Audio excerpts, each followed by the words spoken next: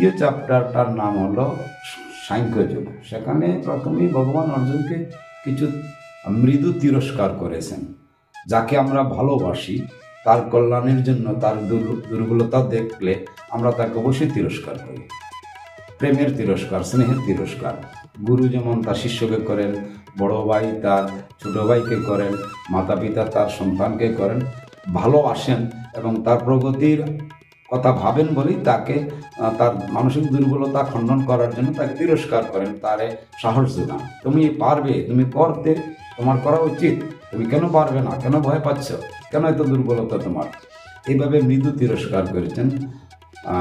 কুতস্ত্বা কশ্মলমিদম বিষমী সমুপস্থিতম ইত্যাদি বাক্যের দ্বারা। তারপরে আবার তিরস্কার করেছেন অর্জুন যে সমস্ত পরম্পরাকে, যে সমস্ত রিচুয়ালকে ধর্ম বলে ভাবতেন, সেই সমস্ত পরম্পরার কথা অর্জুন ভগবানের সামনে বলছেন যে লোকক্ষয় হবে, আত্মীয় স্বজনের বিনাশ হবে, বর্ণসংকর তৈরি হবে, সমাজে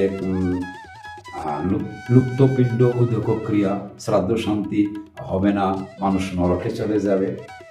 স্বাভাবিক কর্মকাণ্ডের বিষয়গুলো অর্জুনকেই ধর্ম ভাবছিলেন এবং তার নষ্ট হবে এই কথা। কিন্তু ভগবান এসে যখন অর্জুনকে তিরস্কার করার পরে দেখলেন অর্জুনের ধর্মজ্ঞান, ধর্ম সম্পর্কে যে ধারণা সেটা ভ্রান্ত ধারণা, তাই ধর্মের ব্যাখ্যা করেন। ধর্ম কি?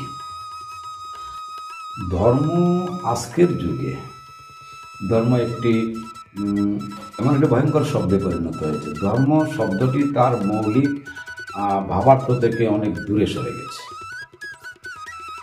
ধর্ম বলতেই সাধারণ মানুষ মনে করে আধ্যাত্মিকতার বিষয়ে যে সমস্ত মতবাদ তৈরি হয়েছে পৃথিবীতে আধ্যাত্ম সাধনের, সেই মতবাদের অনুযায়ীগণ তাদের মতবাদকেই ধর্ম বলে ঘোষণা করে। কিন্তু আমরা যদি বেদ শাস্ত্র দেখি, স্মৃতি শ্রুতি পুরাণ ন্যায় দেখি, তখন বুঝতে পারি ধর্ম শব্দের মৌলিক অর্থ হল গুণ বা বিশেষতা। প্রত্যেক বস্তুর ভিতরে কিছু গুণ আছে, কিছু বিশেষতা আছে। এখন জড় বস্তুর একটা গুণ এবং বিশেষতা আছে, আর চেতনার একটা গুণ এবং বিশেষতা আছে। এই চেতনা, এই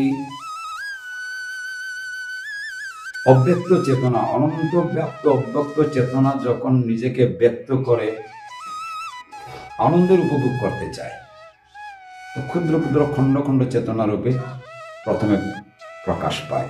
সেই ক্ষুদ্র খণ্ডিত এককোষী জীব লক্ষ লক্ষ বৎসরের বিবর্তনে মানুষে পরিণত হয়েছে। যে ব্যাপারটা কি হলো? চেতনার বিকাশ যাত্রা। চেতনার বিকাশের যে যাত্রা একটা বিশেষ বিশেষ নিয়মের মধ্যে চলে। এককোষী প্রাণী থেকে বহুকোষী প্রাণী থেকে ডাইনোসর পর্যন্ত সবটাই চেতনার বিকাশ। তারপরে মানুষ, দেখা গেল সমস্ত পশু পাখি একটা নির্দিষ্ট নিয়মের মধ্যে বন্দী আছে। মানুষ এতটুকু স্বাধীনতা পেয়েছে যে প্রকৃতির কোনো বিশেষ নিয়মে সে বন্দী না, কিন্তু পরবর্তীকালে তার যে ফিজিক্যাল টেন্ডেন্সি, তার যে শারীরিক প্রবণতা, এগুলোর মধ্যে সে বন্দী হয়ে যাচ্ছে, বিকশিত হইতে পারতেছে না। এই বিকশিত হওয়ার জন্য আমাদের বেদ শাস্ত্র পুরাণ কিছু নিয়মের কথা বলছে, কিছু অভ্যাসের কথা বলছেন, এবং এই অভ্যাস বা নিয়ম সমূহকেই মানুষের ধর্ম বলে তারা প্রচার করেছেন। তাহলে আমরা মৌলিকভাবে দেখলাম চেতনার বিকশিত হওয়ার, আত্মপ্রকাশ করার যে প্রবণতা বা ক্ষুদ্র থেকে বৃহৎ হওয়ার যে প্রবণতা, এই প্রবণতাটাই তার অরিজিনাল ধর্ম, তার প্রকৃত ধর্ম। চেতনার আত্মপ্রকাশের প্রবণতা, এটা তার ধর্ম। আর বস্তুর, জড় বস্তুর কিছু ধর্ম আর ওই চেতনার ধর্মের মধ্যে একটা বিরোধ তৈরি হয়। এই বিরোধের জন্য চেতনাকে জড়ত্বের বিরুদ্ধে সংগ্রাম করতে হয়। এই সংগ্রামটাই হলো উপাসনার পদ্ধতি। দ্বিতীয় অধ্যায় সাংখ্যযুগে গাণিতিক পদ্ধতিতে বলা যেতে পারে, এর নামই সাংখ্যযোগ। অর্থাৎ গণিতের বিভিন্ন ফর্মুলা দিয়েও আমরা কি করি, কোথায় পৌঁছাই। গণিতের আসল কাজ কি? গণিত শাস্ত্র যোগ, বিয়োগ, গুণ, ভাগ, এই চারটার মধ্যে সীমাবদ্ধ। যোগ করবে, বিয়োগ করবে, গুণ করবে, ভাগ করবে। গুণ আর ভাগটা কি? আসলে অত্যন্ত দ্রুত বেগে যোগ করা। একে গুণ আর ভাগ মানে অনেক একটা কৌশলে বিয়োগ করা। তো মূলত হলো কি, যোগ আর বিয়োগ। এখন এই জীব চেতনা জড়ের মধ্যে যুক্ত হয়ে আছে। সে যদি কমপ্লিট স্বাধীন হতে চায়, সে জড়কে নিজে থেকে বিয়োগ করতে হবে।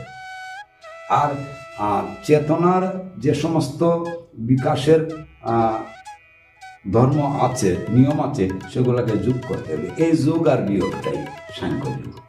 কোনটা বিয়োগ করতে হবে আর কোনটা যোগ করতে হবে, এই ব্যাপারে সাংখ্যযোগে বিস্তৃত আলোচনা করা হয়েছে।